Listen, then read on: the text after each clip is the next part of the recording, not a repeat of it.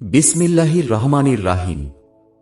হযরত আব্বাস রাদিয়াল্লাহু আনহু থেকে বর্ণিত, তিনি বলেন, নবী করিম সাল্লাল্লাহু আলাইহি ওয়াসাল্লাম রাতে তাহাজ্জুদের উদ্দেশ্যে যখন দাঁড়াতেন, তখন দোয়া পড়তেন, ইয়া আল্লাহ, আপনারই জন্য সমস্ত প্রশংসা, আপনি আসমান জমিন ও এ দুয়ের মাঝে বিদ্যমান সবকিছুর নিয়ামক এবং আপনারই জন্য সমস্ত প্রশংসা।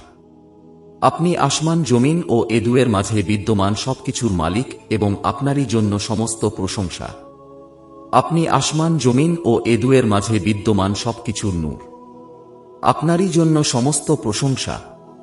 আপনি চির সত্য, আপনার ওয়াদা চির সত্য, আপনার সাক্ষাৎ সত্য, আপনার বাণী সত্য, জান্নাত সত্য, জাহান্নাম সত্য, নবীগণ সত্য, মুহাম্মদ সাল্লাল্লাহু আলাইহি ওয়াসাল্লাম সত্য, কিয়ামত সত্য।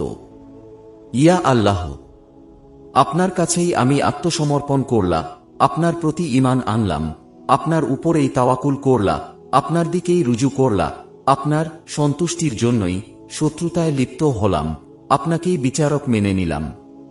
তাই আপনি আমার পূর্বাপর ও প্রকাশ্য গোপন সব অপরাধ ক্ষমা করুন। আপনি অগ্র পশ্চাতের মালিক। আপনি ব্যতীত কোনো ইলাহ নেই, অথবা অপর বর্ণনায়, আপনি ব্যতীত আর কোনো মাবুদ নেই। সুফিয়ান রহমতুল্লাহ বলেছেন, অপর সূত্রে আব্দুল করিম আবু উমাইয়া রহমতুল্লাহ তার বর্ণনায় লা হাওলা ওয়ালা কুওয়াতা ইল্লা বিল্লাহি অংশটুকু অতিরিক্ত বর্ণনা করেছেন।